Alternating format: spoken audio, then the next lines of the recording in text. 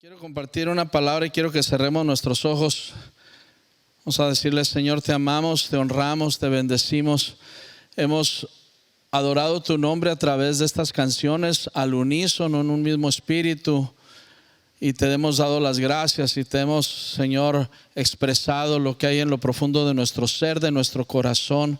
Gracias, Señor, por la bendición que nos das de estar aquí. Gracias porque podemos adorarte, alabarte, y ahora queremos adorarte también escuchando tu palabra. En el nombre de Jesús, todo espíritu contrario, todo espíritu que quiera, Señor, interponerse entre tu palabra y nuestros oídos y nuestro corazón, lo reprendemos ahora en el nombre de Jesús. Y declaramos vida y vida en abundancia en medio de nosotros, fluyendo a través de tu poderosa palabra. Amén. Amén. Titulamos a esta palabra en el desierto. En el desierto. Qué padre, qué bonito se ve. Casi todas las sillas llenas, gracias a Dios. No saben qué bonito, ¿verdad, Chushi? Ahorita que subiste aquí, casi todo está lleno ya. Gracias a Dios, quedan un poquitos lugares. Y no saben qué bonito se siente. En el estudio de la Biblia, si ustedes buscan la palabra desierto, van a encontrar que se repite la palabra 335 veces. 335 veces entre el Antiguo y el Nuevo Testamento. Y eso quiere decir que es una palabra importante. Aún si apareciera una vez, pero aparece 335 veces. Y Dios enseña lecciones muy importantes. Sabemos que la palabra desierto tiene que ver con un punto geográfico o un clima, más bien un lugar, ¿verdad? Donde tiene varias características, ¿no? Características principalmente de un clima extremo, de un clima donde hace mucho calor durante el día, hace mucho frío durante la noche. Y ese tipo de cosas, ¿no? No hay manera de sembrar, y si se siembra no hay cosecha. En otras palabras, el desierto es infructífero. Y muchas veces en nuestras vidas, como ya lo hemos hablado en otros momentos, vamos a experimentar desiertos espirituales en nuestra vida. Y Dios así lo ha previsto. No es algo que nos sucede en la aventura sin propósito, sino que Dios tiene un propósito. Y fíjense que el desierto es una estación entre Egipto y la tierra prometida. Voy a volver a repetir eso. El desierto es una estación entre Egipto y la tierra prometida. Es decir, si lo traemos a nuestro contexto, es un paso que tenemos que dar entre que salimos del mundo, porque Egipto representa al mundo, el ambiente del mundo, el ambiente perdido y perverso del mundo.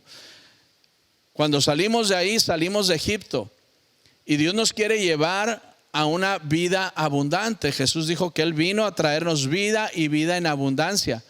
Pero en medio de esas dos cosas está un desierto. Y los desiertos no solamente se experimentan una vez, se experimentan en diversos momentos en la vida. Y entonces es cuando nos ocurren, ¿verdad? Nos damos cuenta de que estamos muy limitados. Nos damos cuenta de que queremos hacer cosas y no funcionan. Eso es lo que sucede en el desierto. Sí, y sentimos mucho, ¿verdad? El ambiente es un ambiente agobiante. Queremos salir de ahí. Para donde quiera que volteamos es solamente arena y sol, y no vemos nada más. Entonces es un ambiente de incertidumbre. Se siente, ¿verdad? Que realmente podremos salir de ahí, como si nunca pudiéramos salir. Y entonces Dios nos lleva a desiertos, y en este momento todo el mundo globalmente estamos experimentando un gran desierto. ¿Sí? Porque a veces los desiertos son personales, pero en este caso ahora tenemos un desierto global que a todos nos está afectando de una o de otra manera, ¿no? Nos está afectando. Y entonces, ¿cómo vamos a reaccionar mientras estamos en el desierto? Es lo que Dios espera ver de nosotros. Es lo que Dios espera, está esperando ver en nuestros corazones, en nuestras acciones, en nuestra actitud, cómo vamos a actuar, ¿sí? Y hay una escritura muy interesante que encontré en 1 Corintios referente a eso, capítulo 10, y voy leyendo versículo por versículo. Dice: no quiero que desconozcan, hermanos, que nuestros antepasados estuvieron todos bajo la nube y que todos atravesaron el mar. Fíjense, inicia el apóstol Pablo diciendo: no quiero que desconozcan, no quiero que sean ignorantes de esto, no quiero que lo olviden tampoco. Todos nuestros antepasados, dice, refiriéndose al pueblo de Israel, estuvieron bajo la nube y todos atravesaron el mar. Es decir, todos vieron la gloria de Dios, todos vieron el poder de Dios en acción, ¿sí? Y luego nos dice el versículo 2: todos ellos fueron bautizados en la nube y en el mar para unirse a Moisés. Todos fueron sumergidos en un mismo ambiente, ¿sí? A través de la nube, que era la gloria de Dios, dice, y cuando pasaron por en medio del mar. Lo dice en los siguientes versículos: todos también comieron el mismo alimento espiritual y tomaron la misma bebida espiritual, pues bebían de la roca espiritual que los acompañaba, y la roca era ¿quién? Cristo, ¿sí? Entonces fíjense qué interesante, dice, comieron y bebieron de lo mismo, y quien proveía todo eso era Cristo, ¿sí? Pero ellos no lo podían ver, porque ¿qué veían? Ellos vieron cuando Moisés golpeó la roca y la roca brotó agua, pero no se dieron cuenta que era Dios obrando y diciéndoles: aquí estoy, y voy a estar con ustedes ahorita, y voy a estar con ustedes mañana, y voy a estar con ustedes siempre. Amén. Una de las cosas que debemos de entender en lo profundo de nuestro corazón en medio del desierto es que Dios está con nosotros. Por eso dice que la roca espiritual que los acompañaba estaba con ellos ahí, ¿sí?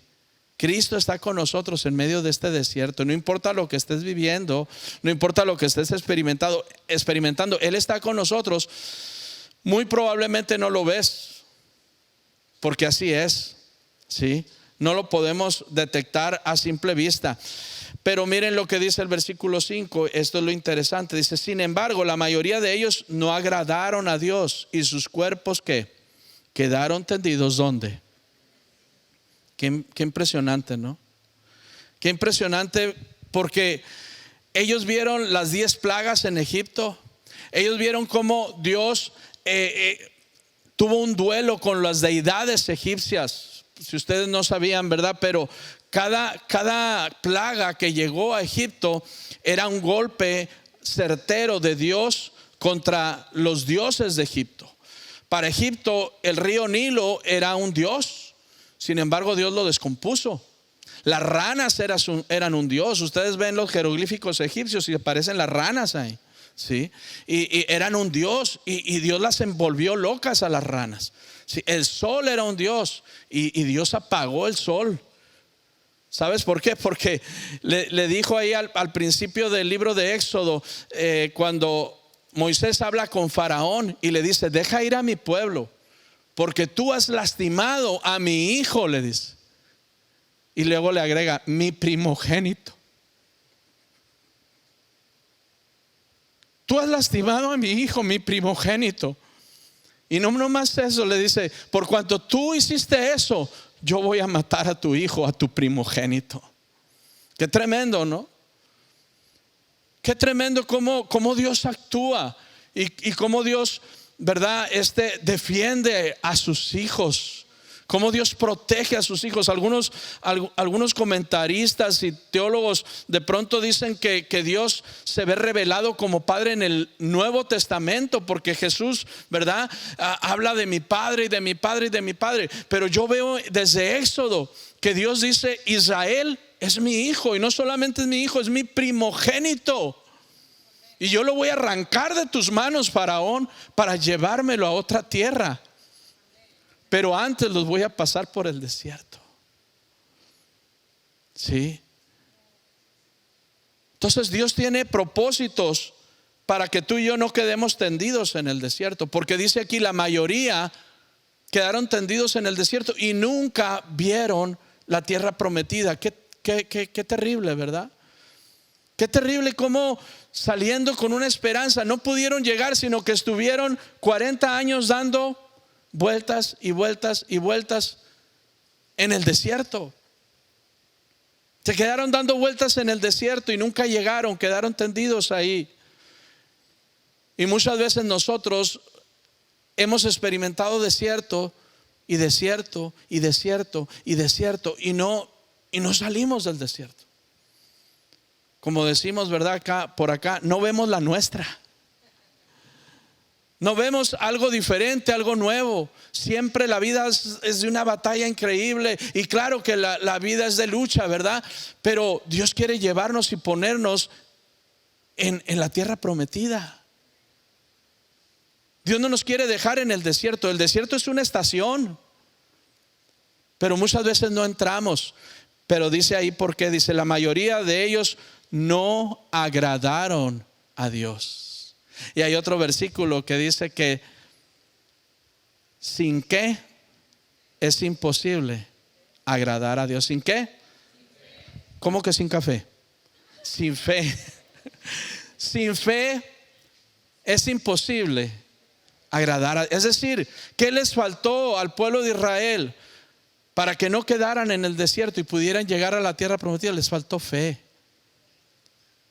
Les faltó fe. Lo mismo que nos falta también a nosotros ahora. Es lo mismo, ¿verdad? Y entonces podemos aprender grandes lecciones de todas las veces que la Biblia menciona la palabra desierto, ¿sí? Entonces, antes de la vida abundante, Dios nos lleva a experimentar desiertos. Antes de que Jesús se revelara al pueblo, tuvo que ser llevado al desierto. Sí. Entonces, podemos entender que Dios promueve desiertos en nuestra vida para llevarnos a otro lugar de bendición. Porque en el desierto es donde Dios nos procesa. En el desierto es donde Dios nos procesa. ¿Y qué sucedió con el pueblo de Israel? No se dejaron procesar. Y es el problema de muchos de nosotros, que no nos dejamos procesar. Por más que Dios nos habla a través de su palabra, por más que escuchamos, ¿verdad?, lo que el Señor nos está hablando, no nos dejamos procesar. Y nuestro corazón sigue siendo igual o peor. Tristemente, lo que sucede con las personas que no se dejan procesar cuando entran al desierto es que si acaso salen del desierto, salen amargados, salen frustrados, salen más enojados con Dios y con todo el mundo. Sí, eso fue lo que le ocurrió al pueblo de Israel y eso es lo que sigue ocurriendo. En el desierto Dios quiere desarrollar 5 cosas al menos, que son paciencia, gratitud, dependencia de Dios y gozo incondicional. Sí. Y son muchísimas más, pero como que estas noté que son las principales. Pero la paciencia, ¿verdad? Los seres humanos queremos todo y lo queremos ya. Queremos lo mejor de la vida para nosotros y no tenemos paciencia. Entonces Dios nos mete en desiertos para que aprendamos a esperar.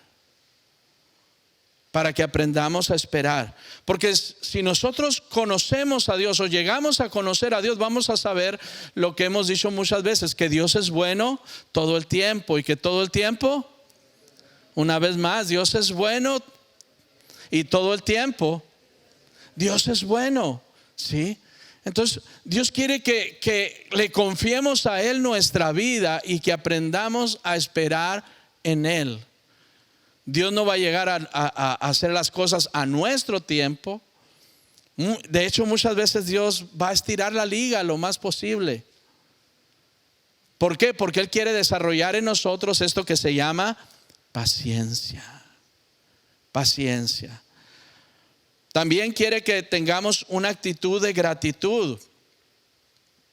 Conforme más pasa el tiempo, la palabra dice que esa gratitud va a ir desapareciendo de la gente, sino que dice en los últimos tiempos los hombres, el ser humano será ingrato.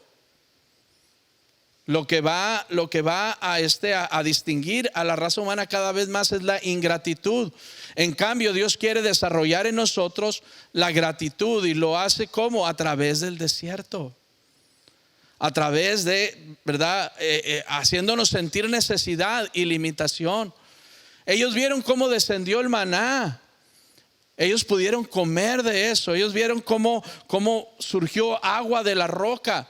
Ellos vieron muchas maravillas y milagros. Sin embargo, no cambió eso su corazón. Dice aquí, todos estuvieron bajo la nube, bajo la gloria de Dios. Todos vieron el mar abrirse. Todos vieron la gloria de Dios sobre Egipto, el poder de Dios. Pero eso no tocó su corazón. Qué triste. Porque lo mismo pasa ahora. ¿Sí? Podemos venir a una congregación y ser parte de una iglesia y ver milagros alrededor de nosotros, ver cómo Dios toca a las personas, cambia corazones y lo hace por aquí, lo hace por allá, de diferentes maneras, ¿verdad? Dios se mueve en medio de la iglesia y lo podemos ver, pero eso no toca nuestro corazón y no nos hace seres agradecidos. ¿Sí? Dios quiere que seamos agradecidos. Amén. Dios quiere también que tengamos dependencia de Él, que dependamos de Él. Por eso Dios ha sacudido los centros laborales. ¿Sabes? En este desierto que estamos viviendo, muchos centros laborales han tenido que recortar personal, han tenido que ajustar sus horarios. Otros tristemente han tenido que cerrar negocios y tantas cosas, ¿verdad? Y si eso te hace que te duela la cabeza, que se te vaya el sueño, que no sepas qué hacer, que andes como león enjaulado, eso nos dice que tú no dependes de Dios. Eso nos dice que tú no dependes de Dios. Porque Dios quiere que en el desierto aprendamos a depender de Él. ¿Sí? Y que sepamos que de alguna manera Dios nos va a dar una salida. Que sepamos que Él no nos va a faltar. Que no va a faltar pan sobre nuestra mesa. Que Él está pendiente porque tú eres su hijo, tú eres su primogénito. El Señor dice, yo di naciones por ti. Yo di naciones, intercambié, ¿sí? Hice a otros a un lado porque no tenían un corazón. Pero yo he visto tu corazón. Amén. Y el Señor espera que nosotros tengamos esa dependencia de Él. Y el desierto tiene que apretujarnos, tiene que limitarnos, tiene que hacernos, ¿verdad?, sentir humillados hasta que nosotros nos humillemos y nos quebrantemos delante de Dios y digamos, Señor, me rindo. Estoy entendiendo la lección. Ahora sé, Señor, que tengo que ser paciente, tengo que ser agradecido y tengo que depender de ti. Amén. Y el cuarto es el gozo incondicional. Dios quiere que tengamos gozo. Y otra vez, ¿verdad? Si nuestra vida se está viendo cada vez más estresada, nos estamos viendo cada vez de más mal humor que lo normal, y todas esas cosas que ocurren, ¿verdad? Eso significa que el gozo te la dan las cosas. Y como ahorita no tienes esas cosas, el gozo se te fue. La paloma se te voló, ¿verdad? Pero cuando el gozo viene de Dios, nada te lo puede robar.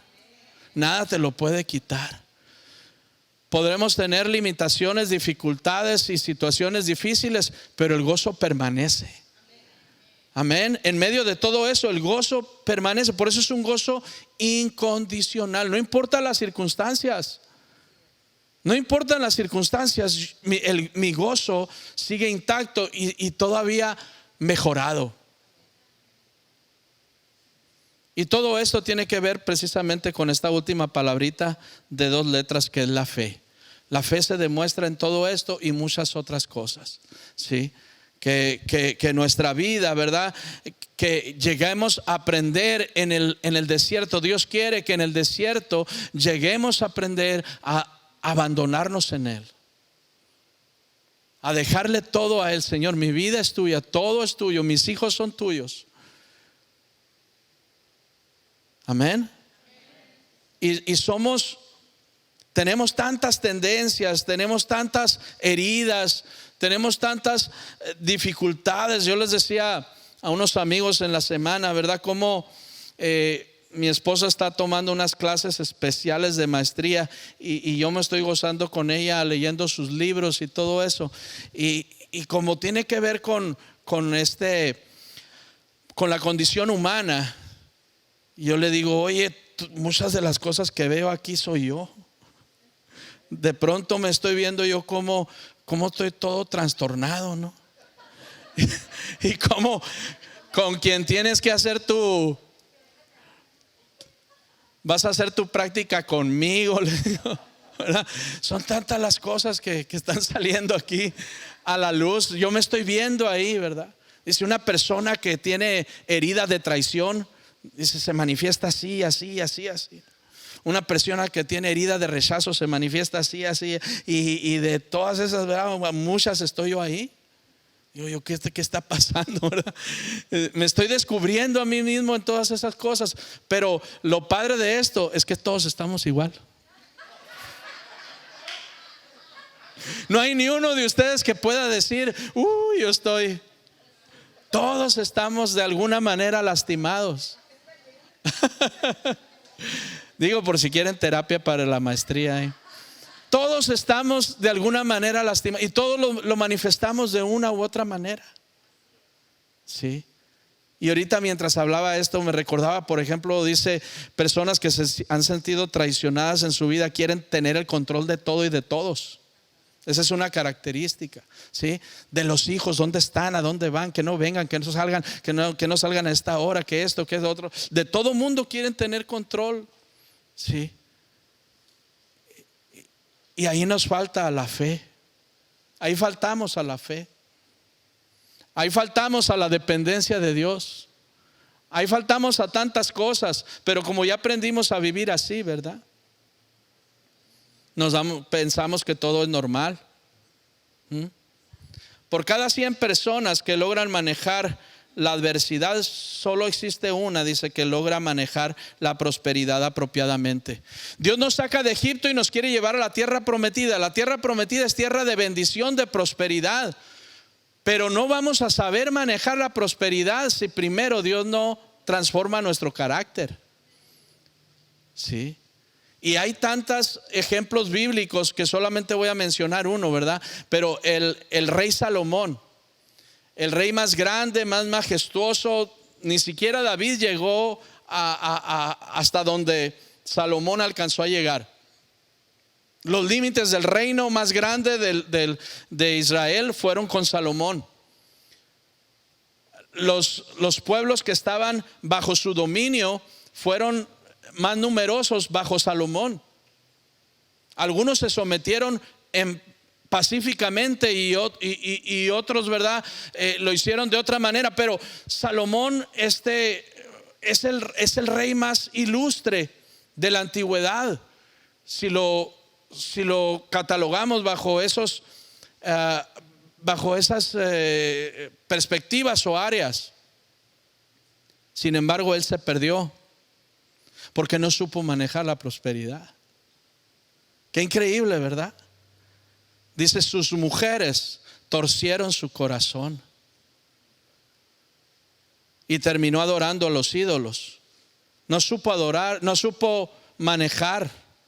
Entonces Dios nos mete al desierto para aprender a manejar la prosperidad. Entonces algunos quizás, ¿verdad? Podemos llegar a la conclusión, pues con razón nunca ha entrado a la tierra prometida, ¿verdad? Porque no hemos aprendido.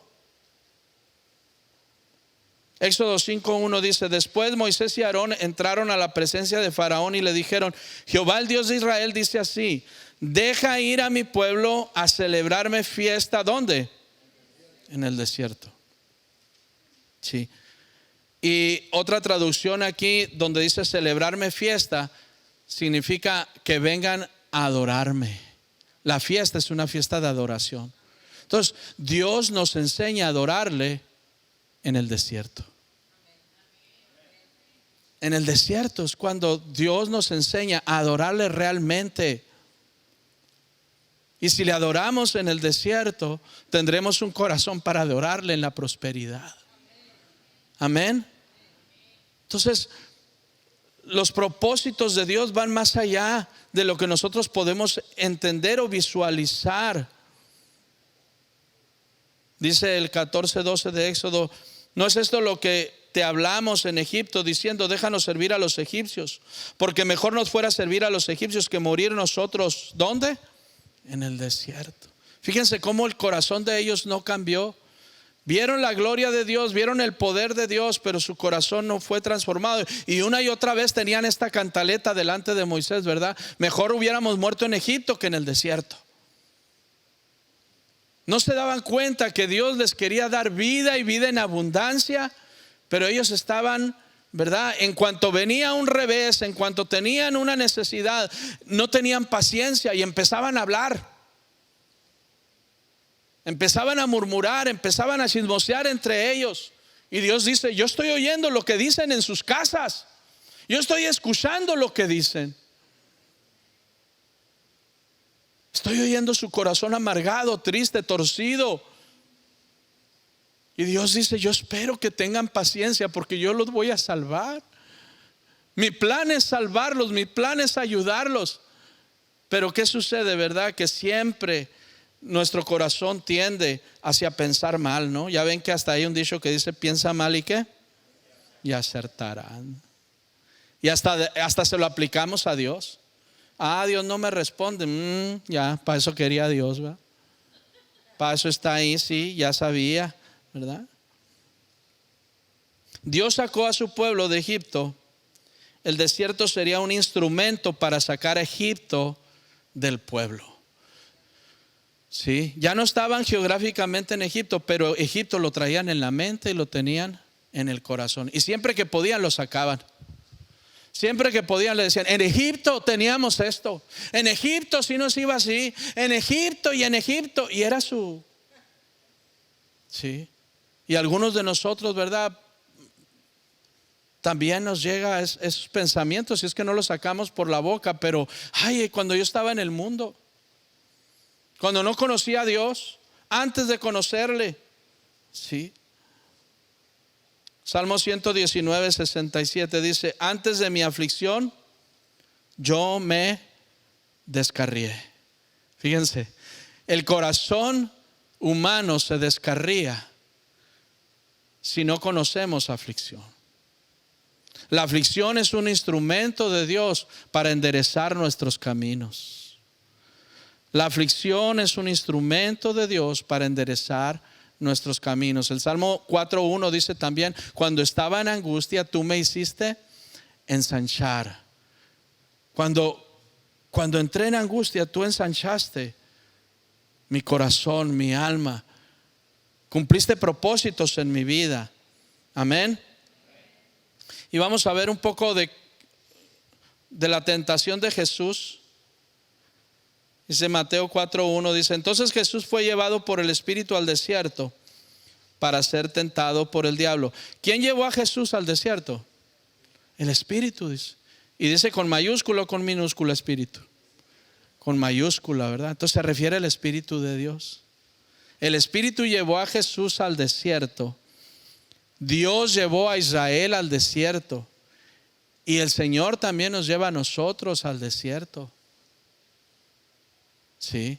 Y luego dice aquí: para ser tentado por el diablo, para probar. Jesús no tenía nada que demostrar. Sin embargo, para identificarse con nuestra naturaleza humana, Él fue tentado.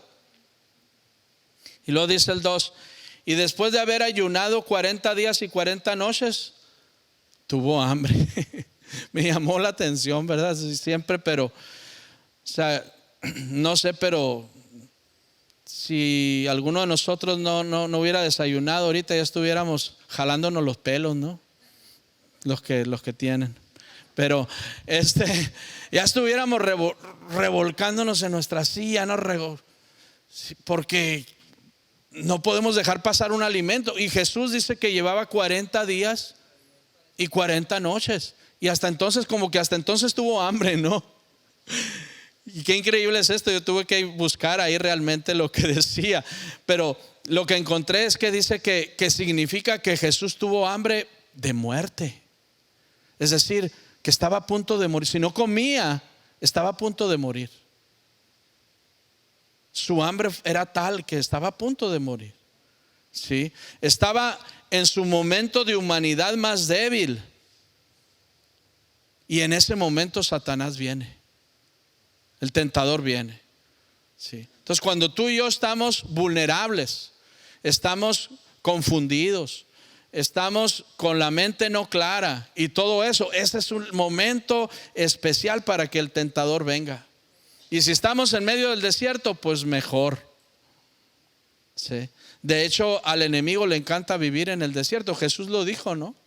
Jesús dijo que cuando un espíritu inmundo sale de una persona, dice, anda ¿por dónde? Por lugares desiertos y no encuentra reposo, y dice, y regresa otra vez a ver cómo está su casa, la casa que dejó. Entonces el enemigo habita en lugares desérticos, y cuando nosotros estamos en medio de un desierto, es un momento especial, vulnerable para que él ataque. Y dice, y vino a él el tentador y le dijo, si eres hijo de Dios. La primera tentación es la duda de que si eres hijo de Dios. Porque el enemigo viene cuando estás más amolado, cuando estás más resentido, cuando estás más triste, cuando estás con más dificultades, y viene y te dice, y no que eres hijo de Dios, pues, y no que vas allá a pan de vida, y no que esto y que aquello, y hasta cantas ahí, y no que, y el enemigo mete duda, siembra duda. Sí, no que la vida abundante y que no sé cuánto. Y mira cómo estás bien amolado. Sí, el enemigo viene en los momentos vulnerables y lo primero que mete es duda de que si eres o no eres hijo de Dios. Y le dice, di que estas piedras se conviertan en pan. Y esta frase de si eres hijo de Dios la utiliza en las tres tentaciones, ¿no? En las tres ocasiones le dice, si eres hijo de Dios, si eres hijo de Dios. Sí, tratando de doblegarlo. Y Jesús le respondió y le dijo, escrito está, no solo de pan vivirá el hombre, sino de toda palabra que sale de la boca de Dios. Qué tremendo, ¿no? Qué tremenda fuerza del Señor. Qué tremenda lucidez en su espíritu, en su mente, para decirle esto. Es que escrito está, Satanás. No solamente de pan vivirá el hombre, sino de hacer la voluntad de Dios, de hacer su palabra. Si yo estoy haciendo su palabra, eso es primero, antes que alimentarme físicamente. Amén. Entonces, cuando tenemos hambre y tenemos limitación, es el primer nivel de tentación. Cuando empezamos a extrañar algunas cosas en nuestra alacena, ay, no tengo para comprar esto, ay, no tengo para aquello, no tengo, ¿verdad? Y empezamos a limitarnos en nuestra comida y ahí es donde Satanás viene. No que eres hijo de Dios, no que eres hijo de Dios, pues ay, sí, el hijo de un rey. Mira el principito cómo está, ¿sí? Pero Jesús le habla con la palabra y le dice, es que no se trata de lo que tengo o no tengo para comer. Se trata de que yo sé quién soy. Y a mí me alimenta no solamente el pan, sino que yo me alimento de hacer la voluntad de mi Padre. Amén. De eso tenemos que alimentarnos en este tiempo y siempre. Tenemos que alimentarnos de hacer la voluntad de Dios antes que ninguna otra cosa. Amén. Entonces la primera tentación le dice, no necesitas a Dios para vivir, con tus propios recursos puedes hacerlo. No necesitas a Dios. Tienes poder para cambiar cosas, usa tu poder y convierte estas piedras en pan. Y a nosotros nos dice, pues haz otras cosas, ¿verdad? Tantas cosas que hay por hacer ahorita e incluso no tan correctas. Pero va a llevar pan a tu casa. Sí.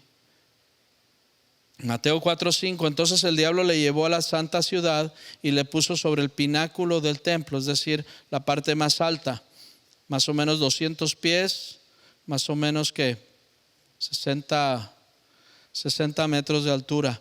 Y le dijo: si eres hijo de Dios, échate abajo, porque escrito está: a sus ángeles mandará cerca de ti y en tus manos te sostendrán para que no tropieces con tu pie en piedra. Qué sagaz el enemigo, ¿verdad? De que cuando Jesús le responde a través de la escritura, entonces el enemigo agarra una escritura y se la lanza. Le dice: escrito está. Salmo 91, porque Satanás sabe la Biblia, hermanos, mejor que muchos de nosotros. Él se la sabe de memoria y él la trae muchas veces, pero lo que hace el enemigo es que toma una parte y la tuerce para que diga una cosa que no dice.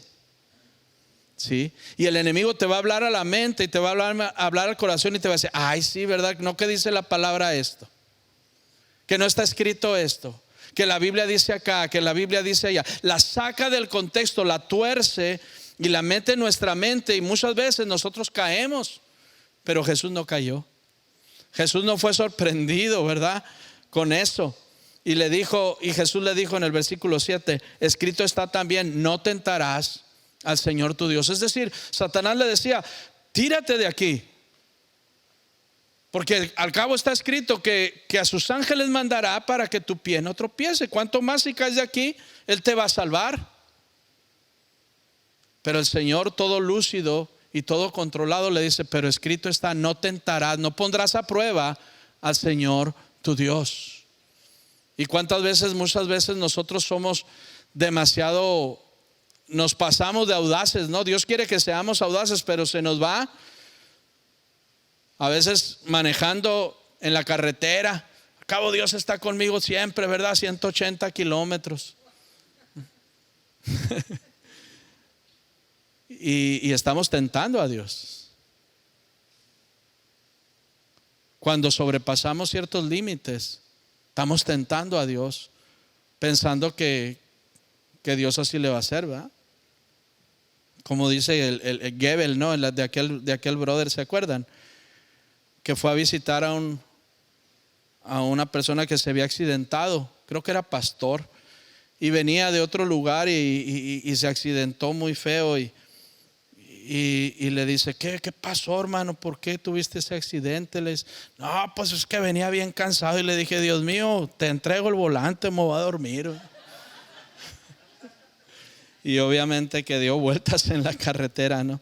No tentarás al Señor tu Dios. Todo esto pasa en el desierto, ¿no? Tentación número 2: si eres hijo de Dios, ¿por qué te pasa esto? ¿Por qué tienes que estar viviendo esto si acaso eres hijo de Dios? Y los siguientes versículos: otra vez le llevó el diablo a un monte muy alto y le mostró todos los reinos del mundo y la gloria de ellos. Y le dijo: todo esto te daré si postrado me adorares.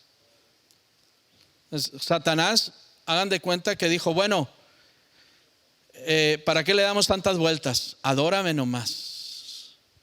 Adórame nomás. ¿Sí? Entonces Jesús le dijo: vete, Satanás, porque escrito está: al Señor tu Dios adorarás y a Él solo servirás. ¿Sí? Satanás sabía que Jesús había sido enviado a la tierra para que Dios lo convirtiera en rey, porque Jesús es el heredero de Dios. ¿Sí? Y entonces, como Satanás le arrebató el dominio de la tierra a Adán, él decía, y lo dice claramente, dice: estos reinos son míos. Por eso dice el apóstol Juan: el mundo entero está bajo el maligno, está bajo el dominio del maligno. Esta tierra está bajo el dominio del maligno. Por eso hay maldad y pecado por donde quiera, cada vez peor, cada vez más grotesco y más feo, más horrible. ¿Sí? Y Satanás le dice: todo esto yo lo tengo. Mira, si te mandaron para ser rey, ¿para qué mueres en la cruz? ¿Para qué tanto dolor? ¿Para qué tanto esfuerzo? Nomás adórame y se te acabó tu problema. Yo te los voy a dar a ti. ¿Sí? En otras palabras, el fin justifica los medios. Haz lo que tengas que hacer con tal de. Sí. Pero Jesús le dice, escrito está, al Señor tu Dios adorarás y a Él solo servirás. ¿Para qué sacó Dios a Israel de Egipto? Para enseñarles a qué? A adorar. Para enseñarles a adorar. Amén. Es en el desierto donde Dios quiere que aprendamos a adorarle a Él. Y si no aprendemos a adorarle a Él, vamos a terminar adorando al otro. Vamos a terminar doblegados al otro. Muchas veces no nos damos cuenta, pensamos que no, pero así es. Porque otra vez Jesús dijo, ¿verdad? El que no está conmigo, ¿qué? Está contra mí. Hay de dos sopas nomás. O me adoras a mí o adoras al otro. Pero es que yo no soy satanista, no importa, adoras al otro. Por cuanto no me adoras a mí, por ese simple hecho, ya estás adorando a alguien más. Porque Dios nos hizo como seres que adoramos algo. Amén. El ser humano adora. Por naturaleza Dios nos hizo para adorar. Vamos a adorar algo. Y si no adoramos a Dios, vamos a adorar a lo que sea. Y lo que sea, en un resumen, significa Satanás. ¿Sí? Mateo 4:11. El diablo entonces le dejó, no pudo con él, tuvo que irse, ¿no? Y Jesús le dijo, ¿sabes qué? Vete, ¿no? Vete al diablo, le dijo. Y el diablo entonces le dejó, y aquí vinieron ángeles y le servían. Interesante es que la palabra dice que cuando Elías estaba en el desierto vinieron ángeles también. Le cocinaron ahí, le hicieron un panecito, ¿no? Le dieron comida, una hamburguesa, no sé qué. Y una discada. Y dice aquí que con Jesús también vinieron ángeles y le servían. Y saben que cuando estamos en el desierto también Dios manda ángeles. La palabra ángel significa enviado. Y hay ángeles que no vemos y hay otros ángeles que sí vemos. Y muchos de ellos están alrededor de ti en otras sillas ahorita. Dios nos habla muchas veces y nos dice, te dice, Abby, mándale un mensaje a esta persona, ¿verdad? Martín, háblale a este. Pablo, ve y busca a esta persona. Procura a este. Ora con este. Llámale a este. Esos son ángeles que Dios envía. Son enviados de Dios para sostenernos en nuestra debilidad. Amén. Entonces, hermanos y amigos, en Isaías 43:19 la palabra dice, yo voy a hacer algo nuevo y verás que ahora mismo va a aparecer. Voy a abrir un camino, ¿dónde? En el desierto. ¿Sí? Pero muchos de nosotros no lo vemos porque siempre nos estamos adelantando a Dios. En lugar de esperar en su tiempo, en lugar de esperar en sus métodos, en lugar de esperar en la manera en la que Dios nos va a sorprender, no aguantamos y luego hacemos algo. Luego nos activamos y nos ponemos a hacer cosas que Dios nunca nos mandó que hiciéramos.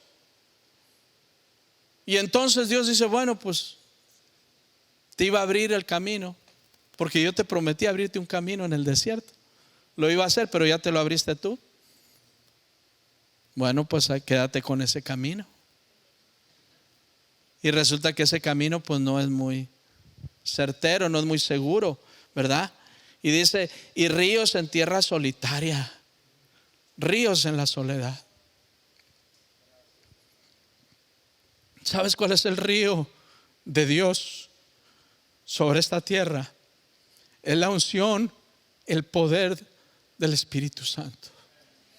en medio del desierto, Él quiere darte un regalo que se llama el bautismo con su Espíritu Santo.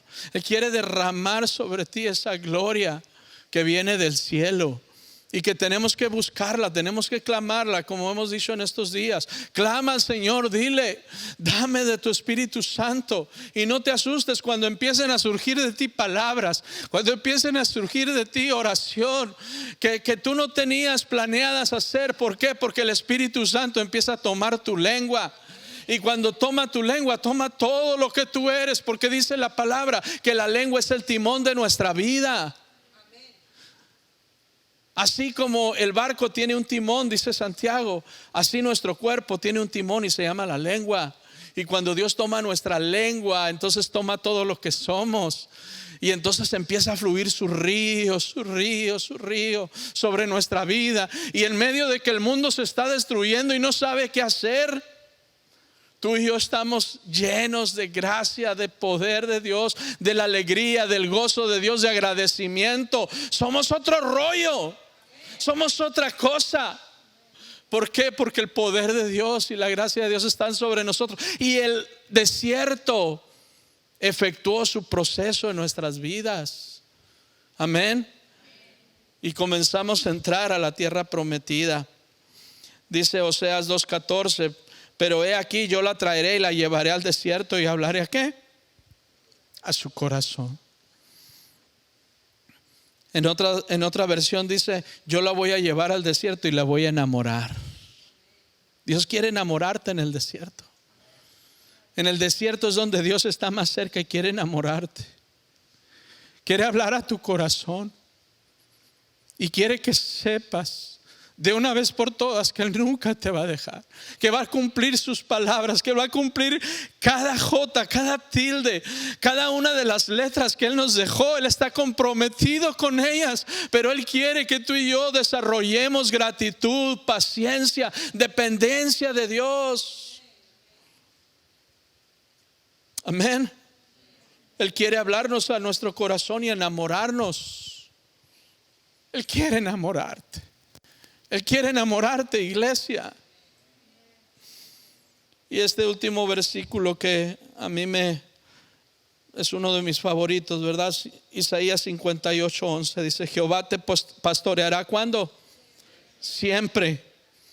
Y en las sequías saciará tu alma y dará vigor a tus huesos, y serás como huerto de riego y como manantial de aguas cuyas aguas nunca faltan. Amén.